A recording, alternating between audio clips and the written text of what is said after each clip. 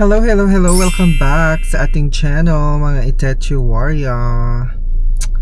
Well, ang pag-uusapan natin ngayon sa video na Itachi War at himay-himayin natin ng bonggang-bongga ay sino ba yung mga top online loans mo ni Maria. Mga top 5. So ito na, top 5 Ola na legit. O diba? Legit talaga, as in legit. Legit. Kayo nang bahalang humusga. Pero ito yung mga top 5 Ola ko. Based on my experience, nangunguna si Pajutang Peso. Okay, si Pajutang Peso, kung nakikilala nyo si Pajutang Peso, isa siyang jutang di ba? Nakakaloka. Hinaras-haras ako ng Pajutang Peso. Iniskam ako ng bonggang-bonggang ginayupak na Pajutang Peso na yan. Di ba parang pandemic pa yata noon, year 2021 if I'm not mistaken. Gipit na gipit ako, meme. Wala akong malapitan kahit relatives or friends. Nakakahiya. Baka kung ano-anong sasabihin nila sa akin, Jujutang siya, wala pa siyang trabaho, mga ganon. So ayaw naman natin mahusgan ng ganong bonggang-bongga. So nakita ko biglang nag-pop up tong si Pajutang Peso. Okay. Ngayon, nakapagjutang ko ng bonggang-bongga doon. Siguro mga 2,000 yung aking jujutangin. Tapos ang in-approve lang sa akin 1,000. Okay, principal 1,000 te. Tapos hindi mo siya buong makukuha. Yes, hindi mo siya buong makukuha. Nakakatakot. Katakot-takot ng mga fees. Napakalaking interest, Mima. If I'm not mistaken, around 50% o almost 50% yung interest niya. Tapos may processing fee pa siya. Tapos application fee, management fee. Kung anek-anek na fee. Nakakaloka. Kung napanood yun yung mga videos ko, kalkalin nyo yung mga videos ko dito sa playlist at panoorin nyo yung Pajutang Peso review ko. Talaga naman. And then, syempre, ang disbursement ko, tita, ginawa ko siyang GCash. Kasi para mas madali ko na lang siyang makuha, hindi ba? Hindi na ako lalabas, pupunta kung anek-anek. Kasi may mga disbursement method sila which are pwede kang pumunta sa payment center like M. Lulier, Cebuana Lulier, Palawan. Tapos ang pinili ko GCash. Syempre para mas madali. And then nung na-approve na siya, Mima, nagulat ako. Palawan Express yung nakalagay. Sabi ko, tinawagan ko yung customer service na number doon sa contact us nila. So parang babaita lang yung talagang sumagot nun. So hindi siya yung parang talagang professional makipag-usap. Kasi parang ang gulo niya kausap, pati background niya ang ingay. Parang nasa kalye lang siya. Tapos sinabi ko sa kanya, bakit ganon? GCash po yung pinili ko as disbursement, hindi Palawan. Kasi nga hindi na ako lalabas. Ayoko na lumabas pa ng bonggang-bongga at mamasahe pa. Sabi niya, i-change niya daw. Sabi ko, i-cancel mo na lang yan. Kasi ayoko na, hindi na ako jujutan niya. Tapos, sabi niya, i-change niya daw. Tapos, pinilit ko pa rin ipa-cancel. Tapos sige po, i-cancel ko na po, sabi niya. And then pagkababa ko, after few minutes, na-disburse agad sa GCash ko na. Disburse na sa GCash ko. Tapos tumawag ulit ako, sabi niya, bakit nyo dinisburse? Sabi ko ganun. Tapos sabi niya, sir, pasensya na, nagkaroon kasi ng parang problema sa IT Kinembular. Ay, may palusot pa siyang gano'n. Nakakaloka. Tapos ang ginawa ko, pinilit ko pa rin na ipa-cancel. Binalik ko yung pera within 24 hours. Binalik ko after ma-disburse.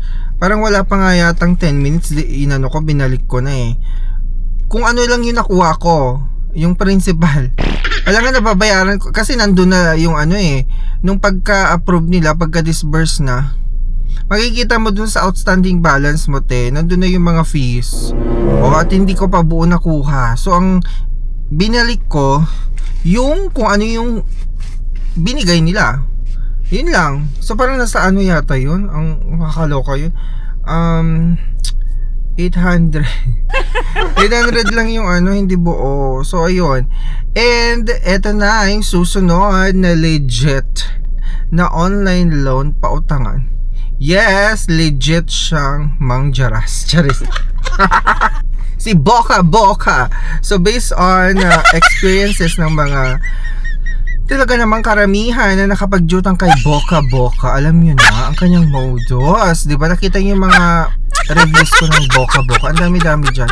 So, kumbaga, yung interest kapag i-breakdown mo yung installment mo, yes, sasabihin niya na up to 91 days or 180 days. Ayun na naman tayo sa 180 days.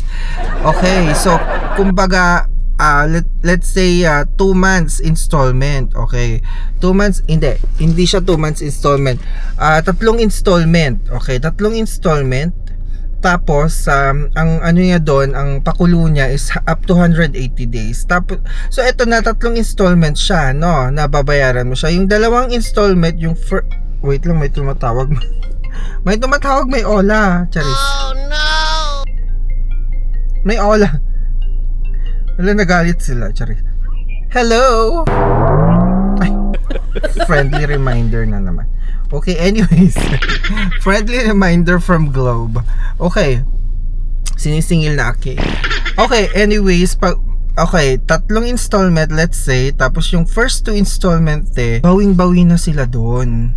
So, kumbaga, nandun na yung ano, yung amount na babayaran mo on that installment. So, let's say for example, nangutang ka 6,000, tapos 3 installment yun na. Okay, so hahatiin nila yon, pero magugulat ka dun sa pinaka last installment, 50 pesos na lang ang babayaran mo. Tapos sinagad pa nila, sinagad nila sa 180 days. Pero dun sa first 2 installment, bawing-bawi na sila. Dun nila kinargahan ng bonggang-bongga yung monthly payment mo. Okay, so bawing-bawi na sila. Kumbaga, nasa ano na yun, 6,000 plus na yung ano mo doon, nabayaran mo. Tapos sa huling installment, 50 pesos na lang. So parang win-win situation sa kanila yun. Kung tatakasan mo siya, at least wala na silang masyadong habol sa'yo. 50 pesos na lang ang habol sa'yo. So, babush, ganun na lang sila. Mas matutuwa pa sila doon. And pangatlong ng Jajaras, Charis. Yung legit talaga ng Jajaras. Kapatid niya, itong si Peso Buffet. Ang dami-dami nang complaints kay Peso Buffet. Hindi ko alam kung buhay pa tong Peso Buffet na to. Auto-disburse naman siya, Mima. Okay. So, ang dami nagsasabi na auto-disburse, tapos ng Jajaras siya kapag hindi ka nakapag-payable on time at kapag na-late ka. Tapos ipopost ka sa buy and sell group sa Facebook. Yun ang nakakashock. So, nasa kanila na yung ID, personal information, ipopost ka ng bonggang-bongga. So, tignan nyo yung mga reviews, mag-Google search din kayo, pati sa Facebook. May mga ganyang ano talaga, biniktima nila ng bonggang-bongga. Talagang, kung talagang trip ka nilang i-chorvahin sa mga buy and sell, chuchorvahin ka nila, papayakan nila ng bonggang-bongga. At saka gumagawa sila ng mga face messenger group. So ang gagawin nila, i-add nila, i-message nila ng isa-isa yung mga relatives mo, yung contact references mo. Tapos gagawa sila ng messenger group, tita. Tapos doon kayo papaya, ipopost yung sisend yung picture mo, tapos yung ID na etong si etong si ganito Echua pala utang, kung mamarapatin nyo po ganyan. Pakisabihan naman po siyang magbayad ng kanyang jutang. Tapos ipopost ka din sa buy and sell group, sa scammer alert. Okay, ang pang-apat na ba? Pang-apat na online lending app na legit. Talaga naman. Yes, legit siya, mangjaras. Sino kaya itechuarya? Wala akong maisip. Si Fast Cash. Yes. So naikwenta ko sa isa sa mga live ko, kung hindi niyo pa napapanood, itong si Fast Cash. Siya, nag-text siya nung nakaraang linggo. Oo, after 5 years kasi dati meron akong Fast Cash. bago mag-pandemic actually, bago kinukutuhan pa ako ng Diyos ako that time. Kung napanorin niyo yung video na yon, doon ko kinento yung fast cash. Okay, so good payer ako that time. Meron lang talagang pagkakataon na nalilate ako kasi nga nagkapatong-patong na lahat ng mga ola ko that time, pre-pandemic. Tapos medyo pa-partial na yung ginagawa ko. Actually, years akong good payer kay fast cash, tapos pa-partial na lang nung ang dami ko nang na-install na ola sa aking phone. Nagkapatong-patong na. So tita, ang ginawa is tinakot-takot ako. May tumakot-takot sa aking kuno attorney nila. Tapos ayun na nga, talagang doon na nagsimula yung unfair debt collection practices. Tapos siniwalat ko din siya sa aking YouTube channel for awareness sa ating mga kababayan na 'di ba kapag napapadpad kayo kay fast cash, huwag niyo nang isubukan kasi syempre talagang masisira ang buhay ninyo. So talagang na-depress ako ng bonggang-bongga that time kasi nga syempre ginaras-jaras ka ng bonggang-bongga. Ito naman si fast cash, kada kada sahod ko sa kanya ko binabayad. Tapos jujutang ulit ako, magre-reloan ako. Mabilis siya. Actually mabilis siyang sa akin kasi nga good payer ako, hindi ba? Tapos hindi pa masyadong kilala yung mga harassment ng mga ola that time. Akala ko legit siya akala ko parang regular na lending lang siya. Tapos nung may mga napanood na ako sa sa media, sa mga programa sa ABS, Ted Filon yata yon, sa Ted Filon.